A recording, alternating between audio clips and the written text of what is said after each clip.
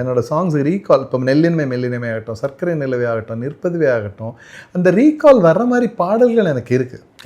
அது வந்து அதுவும் ஒரு பிளெஸிங் தான். So I am very very happy and thankful to the universe for all the great things that has happen to me.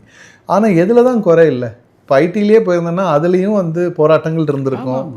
இப்போ அந்த ஐடியில் போகலை, போராட்டங்கள் இருக்கும். அது மாதிரி சினிமாலேயும் போராட்டம் சார். ஆனால் இங்கே மட்டும்தான் நம்ம லைஃப்பில் வந்து ஒரு நாளுமே நமக்கு surprise.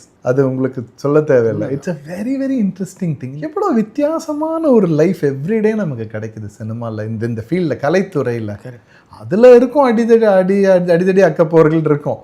But I am so happy and contented about every thing. So வெளிநாட்டு பயணங்கள்லாம் நான் எதிர்பார்க்கவே, ஃப்ளைட்லேயே ஏறினதில்லைன்னு சொன்னேன். நான் 21 வயசு வரைக்கும் ஃப்ளைட்லேயே போனதில்லை.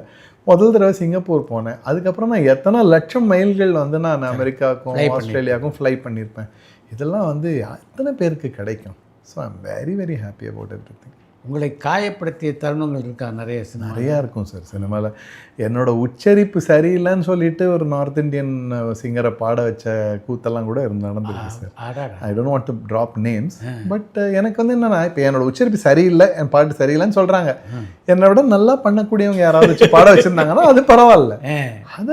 அதை விட்டுட்டு தமிழே தெரியாத யாரையோ ஒருத்தரை கூப்பிட்டு வச்சு பாட வைக்கிறாங்கன்னா இது என்னது இதெல்லாம் புரியாமல் போயிருக்கு.